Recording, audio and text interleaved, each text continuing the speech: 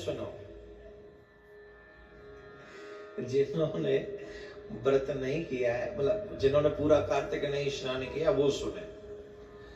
अगर कार्तिक मास के लास्ट के 5 दिन, ये ध्यान रखें, इसको लिख लें आप, कार्तिक मास के लास्ट के 5 दिन अगर आप उन नियमों का पालन करें जो कार्तिक मास में पालन करने योग्य हैं, तो जो फल पूरा कार्तिक मास के स्नान का है, वही फल कार्तिक मास के 5 दिन, जो आखिरी के 5 दिन है, उसका फल आपको मिल जाता है।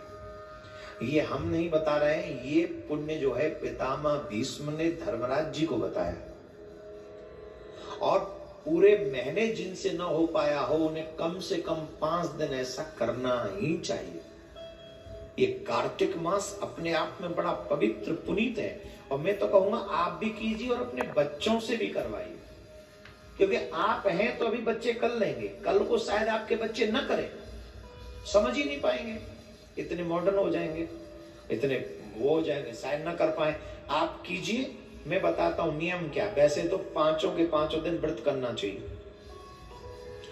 ब्रह्मचर्य का पालन करना चाहिए, क्रोध का त्याग करना चाहिए। मैं ये शॉर्टकट में बता रहा हूं जिससे वीडियो छोटी बने और आपको सब तक पहुंच जाए। 5वां दिन, 5 जो दिन है वो कब से प्रारंभ होंगे?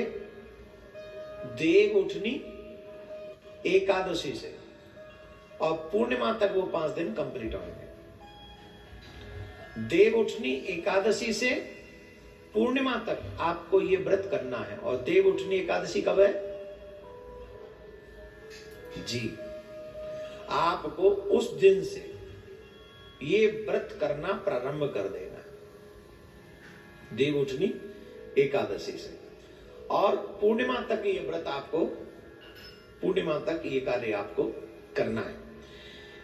नियम क्या है? सुबह 4 से लेके 5 बजे तक स्नान कर लेना है। सुबह 5 में थोड़े कलयुग के लोग हैं इसलिए ले जा रहा हूं, नहीं तो 4 बजे तक स्नान हो जाना चाहिए, और 4 से 5 तक स्नान आप कर लीजिए। हो सके तो 5 के 5 दिन व्रत रखें, अन्न नमक ग्रहण न करें। अगर लगे कि हमारे जीवन में कोई ऐसी समस्या है, रोग है, या हम इतना नहीं रह सकते, तो एक समय भोजन रह के भी कर सकते हैं। वो भी ना हो, दोनों समय भोजन कर ले, लेकिन शाकाहार करें। इन 5 दिनों में प्याज लहसुन भी इन्वॉल्व नहीं होनी चाहिए आपके घर में, ठीक है? ये भी नहीं प्याज लहसुन नहीं इन्वॉल्व होनी चाहिए। 5 के 5 दिन अगर आप चाहो नहीं, चाहना ही चाहिए, एक ब्राह्मण को नित्य भोजन कराकर आप भोजन करें।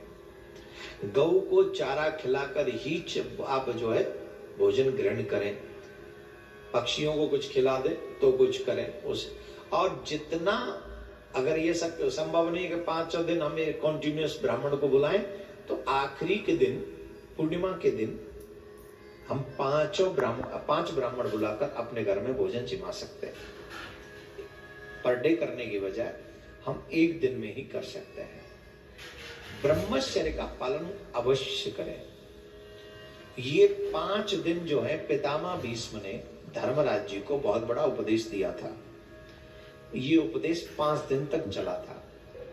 ध्यान से सुनना, ये उपदेश पितामह भीष्म ने धर्मराज जी को दिया था, और धर्मराज जी को ये उपदेश 5 दिन चला था। और पितामह भीष्म आजीवन ब्रह्मचारी थे, ये आप सब जानते हैं। और इसलिए भगवान श्री कृष्ण ने ये कार्तिक मास के ये 5 दिन जो हैं, यही 5 दिनों में उन्होंने ये उपदेश दिया था।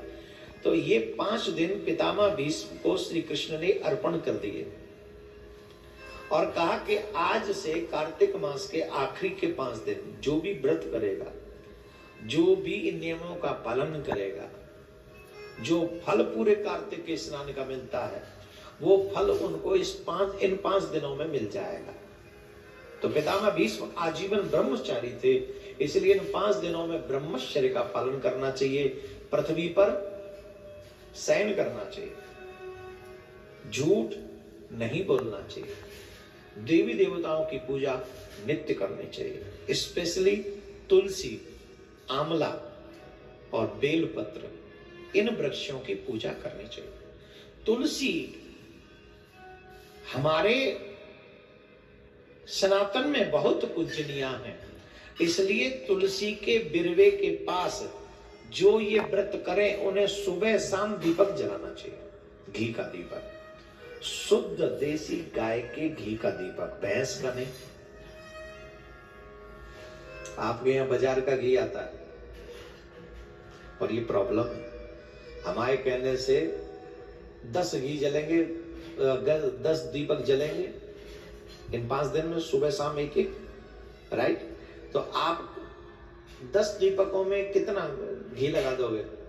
200 ग्राम, 300 ग्राम, इससे ज्यादा तो नहीं।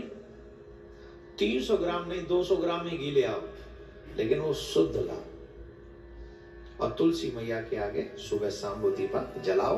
बाद में एक दीपक मंदिर में भी जाके जला सकते हैं आप। भगवान विष्णु का कोई मंदिर हो, कृष्ण जी का कोई मंदिर हो, राम जी का कोई मंदिर हो, जब संध्या का समय सूर्यास्त हो रहा हो, उस समय जाकर आप वो दीप दान कर सकते हैं। जो जमुना के तट पर रहते हैं वो जमुना जी को पूर्णिमा के दिन अवश्य दीपदान करें। जो गंगा जी के तट पर रहते हैं वो अवश्य पूर्णिमा के दिन गंगा जी को दीपदान करें।